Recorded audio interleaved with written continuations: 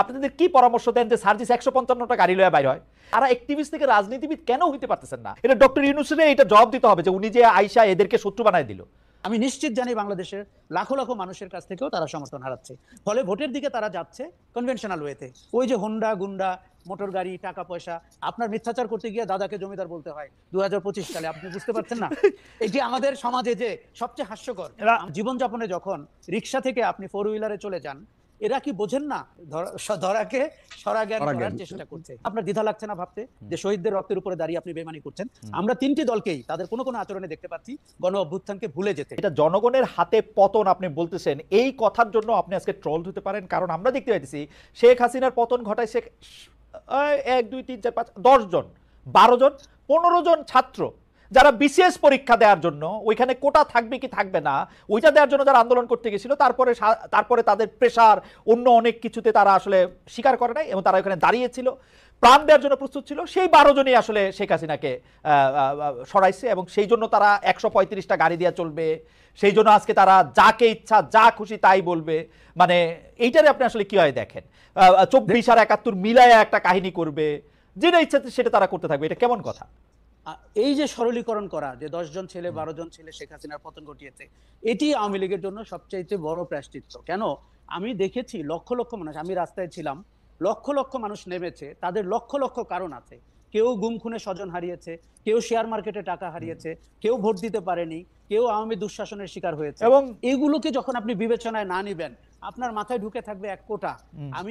আমি 17 জুলাই বলেছিলাম এটি চাকরি পাওয়ার আন্দোলন না, এটি মানুষের যে মনের যে ক্ষোভ, যে রাগ, যে অভিমান, যে ঘৃণা, এটি তার আন্দোলন। না, অ্যাবসলিউটলি। কিন্তু ডক্টর ইউনূস ক্লিন্টন ফাউন্ডেশনে গিয়ে আমি জাতিসংঘে বলছিলাম ভুলে হচ্ছে মাস্টার মাইন্ড, এটা আমরা একটা মেটিকুলাস ডিজাইনের মধ্যে থেকে ওরা পেছন দিতে করছে বলে টেলে। ওরা কিন্তু প্রথমে এরকম ছিল না। এটা ডক্টর ইউনূসের এটা জবাব দিতে হবে যে উনি যে আইসা এদেরকে শত্রু বানায় দিল।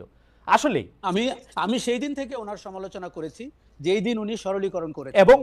এবং উনি কিন্তু এই বাচ্চাদেরকে এই আন্দোলনকারীদের শত্রু বানাইছে, সবার এই বিএনপি শত্রু বানাইছে, যখন সবার শত্রু বানাইছে। ওয়েস্টার্ন, আপনি আমেরিকাতে থাকেন, পশ্চিমা বিশ্বে কিছু শব্দ ইউজ করা হয়, রকস্টার, মাস্টার মাইন্ড। এখনো পশ্চিমা অডিয়েন্সকে এক শব্দে বলতে আপনি অনেক সময় কার্যকর, কিন্তু এইটার যে রাজনৈতিক এফেক্ট, এইটার যে সামাজিক এফেক্ট, এটা ওনার ভাবা উচিত ছিল। মাস্টার মাইন্ড ওনার বলা উচিত ছিল না। ছাত্ররা তার নিয়োগকর্তা। এখন এটি বলে আপনি জানেন না, আমরা যদি ভবিষ্যৎ দ্রষ্টা হই, ভবিষ্যতে যে উনি কত বেকায়দায় পড়তে যাচ্ছেন। এবং মানে আমি মনে করি এই সরলীকরণ আওয়ামী লীগ যেরকম একভাবে করছে, অন্তর্বর্তী সরকার প্রধান এবং তার উপদেষ্টারা আরেকভাবে করছে, এবং এখানে সবাই ঘোলা পানিতে মাছ শিকার করতে চাচ্ছে। দূর থেকে সেই জনগণ তাকিয়ে দেখছে যে ভাই, আমার যে ছেলে মারা গেল, আমার যে 30,000 আহত হলো, কেউ পা হারালো, কেউ চোখ হারালো, আমরা এই নাটক দেখার জন্য, সার্কাস দেখার জন্য। অনেক ধন্যবাদ আশা ভাই। আশা ভাই, আপনি একটা জিনিস খেয়াল করবেন যে জুলাই আন্দোলনের পর তাদের যে সমন্বয়ক ছিল, সেই সমন্বয়করা 1 মাসের মতো হয়েছে একটু এদিক ওদিক, তারা একটা নিজস্ব দল করছেন এবং কিন্তু সেই দলটারে আমরা নতুন রাজনৈতিক বন্দোবস্তের ছিটে ফোটাও পাইতেছি না। এখন আপনি যেহেতু তাদের একটা অনেক বড় সমর্থক ছিলেন, আমি যেহেতু তাদের অনেক বড় সমর্থক এখনো আছি, সেই জন্য আমি আপনার এই প্রশ্ন করতেছি, তারা অ্যাক্টিভিস্ট থেকে রাজনীতিবিদ কেন হইতে পারতেছেন না? মানে আমি তো দূরে আছি, আমার থেকে তো তারা পরামর্শ চায় না, কিন্তু আমি জানি আপনার থেকে পরামর্শ চায়। আপনাদের কি পরামর্শ দেন যে সার্জিস 155টা গাড়ি লয়ে বাইর হয়? 155টা গাড়ি লয়ে বাইর হওয়া হয়তো দরকার আছে, যে মানে নাইলে মানুষ ভোট দিবে না। কারণ রিপন ভাইরা এমন একটা রাজনৈতিক সংস্কৃতি করছে যে 155টা গাড়ি নেন। আচ্ছা রিপন ভাই, আপনারা বিএনপি আওয়ামী লীগ, জি আশা ভাই, তারা এখন এত স্বাবলম্বী এবং নাবালক থেকে সাবালক হয়ে গেছে, তারা এখন আর কারো পরামর্শের ধার ধারে না, এবং তারা নিজেদেরকে ধরাকে সরাজ্ঞান করার চেষ্টা করছে। কিন্তু আপনি যখন 150টা গাড়ি নিয়ে যান, আপনি যখন বিভিন্ন ইন্ডাস্ট্রিয়াল গ্রুপের থেকে টাকা নেন বলে অভিযোগ হয়, আপনার অফিস বিল্ডিং দেখে যখন মানুষের সন্দেহ হয় ওই বিল্ডিং এর মালিককে এবং এর ভাড়া কে দেয়, এবং আপনার জীবনযাপনে যখন রিক্সা থেকে আপনি ফোর হুইলারে চলে যান, এরা কি বোঝেন না যে মানুষ আসলে এবং ইন্টারকনে যখন ইফতারি করে না কিন্তু আশা ভাই, ওদের যে সবচেয়ে বড় নেতা নাহিদ সাহেবরে তো আবার আমরা দেখলাম বাসে করে যাইতেছেন। মানে আমরা কি একজন দুজন নেতারে দিয়ে আসলে বিবেচনা করতে থাকবো? মানে আমরাই বা ওদের কিরকম ভাবে বিবেচনা করবো? মানে ওরা তো আমি আপনাকে বলি না, প্রথম কথা, একজন দুইজন নেতা দিয়ে অতীতে আমরা বিবেচনা করে ভুল করেছি। দেখুন, আমাদেরকে সংগঠনকে দেখতে হবে, সংগঠনের রাজনীতিটা কি দেখতে হবে, এবং সেই রাজনীতিটা জনগণের কাছে কিভাবে ডেলিভার্ড হয় সেটা দেখতে হবে। এখন নাহিদ একটা সিম্পল লুকিং শার্ট পরে রিকশায় করে ভ্যান গাড়িতে করে বাসায় গেল, এটা কিন্তু একটা স্ট্যান্ডবাজির মতো তখন মনে হবে। যদি পুরো সংগঠনটাকে আপনি দেখেন, দেখুন বিএনপি, জামাত এবং জাতীয় নাগরিক পার্টি সবাই কনভেনশনাল রাজনীতি করে ভোট করে পাওয়ারে যেতে চাচ্ছে। এইটাই হচ্ছে দুর্ভাগ্যটা। আপনার তো নতুন রাজনৈতিক বন্দোবস্ত হওয়ার কথা। দেখুন এই জাতীয় নাগরিক পার্টির অন্তত 10টি সমালোচনা আমি করতে পারবো, এই কথার কাজগুলো তাদের করা ঠিক হয় নাই। তারা মানুষ থেকে দূরে সরে যাচ্ছে। আমরা চেয়েছিলাম যে তারা যেন সততার সাথে করে, তারা যেন নতুন রাজনৈতিক বন্দোবস্তের দিকে যায়। সেই জায়গাটিতে জাতীয় নাগরিক পার্টি অনেক পিছিয়ে যাচ্ছে। প্রতিদিন তারা আমার কাছ থেকে সমর্থন হারাচ্ছে। আমি নিশ্চিত জানি বাংলাদেশের লাখো লাখো মানুষের কাছ থেকেও তারা সমর্থন হারাচ্ছে। ফলে ভোটের দিকে তারা যাচ্ছে কনভেনশনাল ওয়েতে। ওই যে হোন্ডা গুন্ডা, মোটর গাড়ি, টাকা পয়সা, আপনার মিথ্যাচার করতে গিয়ে দাদাকে জমিদার বলতে হয় 2025 সালে, আপনি বুঝতে পারছেন না? এটি আমাদের সমাজে যে সবচেয়ে হাস্যকর। আমাদের সমাজে তো কেউ প্রজা ছিল না, আমাদের সমাজে তো সবাই রাজা ছিল। আপনি নিশ্চিত আপনার ক্লাসরুমে দেখেছেন, আমি দেখেছি। এই দারিদ্র থেকে তো আমাদের মানসিক দারিদ্র থেকে তো আমাদের বেরোতে হবে। গতকাল সাংবাদিকরা যে 71-24 নিয়ে একটা প্রশ্ন করেছেন, এই প্রশ্ন করা, এই তুলনা করতে চাওয়া, এইটাকে কিভাবে বলবেন? ছাত্রদেরকেও আমরা দেখেছি যে দ্বিতীয় স্বাধীনতা নিয়ে কথা বলতে, যেটি বিএনপির নেতারা বারবার বলছেন যে স্বাধীনতা একবারই হয়। আগামীতেও কিন্তু আমরা আরো ভয়ঙ্কর 5ই আগস্ট হয়তো দেখতে হবে, যদি না রাজনৈতিক দলগুলো বুঝে থাকে যে জনগণের ভাষা, দেয়ালের লিখন তাদের জন্য কি ছিল।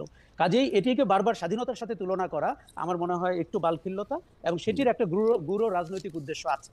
এখন আমি আপনাকে বলি যে ছাত্ররা বারবার মনে করছে, যেমন নাহিদ ইসলাম আজকেও বলেছেন যে 16 বছরের অত্যাচার নিপীড়নের ভেতর দিয়ে যারা গেছে তাদের কাছে এটি স্বাধীনতা। কিন্তু আমি তার সাথে দ্বিমত করি। সংস্কারের যে আশরাফ ভাই, আপনার অনুমতি নিয়ে আমি শুধু ওই সময়টা কথা, মানে রিপন ভাই, আমি আশরাফ ভাই কোনো একটা জায়গায় একসাথে কথা বলতেছিলাম, সেটা 2012-13 সালে এরকম হতে পারে। সেই সময় 13 সালের নির্বাচনটি হওয়ার পর 14 সালে এসে আমরা শুনলাম, বা 14 সালের নির্বাচনের পর আর কি আমরা শুনলাম যে শেখ হাসিনা 2041 সাল পর্যন্ত ক্ষমতায় থাকতে চান। আমার তো খুবই হাসার অভ্যাস, আমি খুব জোরে একটা অট্টহাসি হাসলাম যে এগুলি কি বলে, পাগল টাগলের মতো কথা। কিন্তু আসলে যদি 2024-এর জুলাই আগস্টে এরা এই ঘটনা না করতো, এটা তো 2041 তো মনে হয় মানে তারা তো ক্ষমতাটাকে এইরকম ভাবেই দেখতেছিল যে এখানে তো আর কোনো কিছু, মানে যেটা আমরা হাইসা উড়ে দিতে চাইছিলাম সেইটাই তো বাস্তবতার দিকে যাচ্ছিল।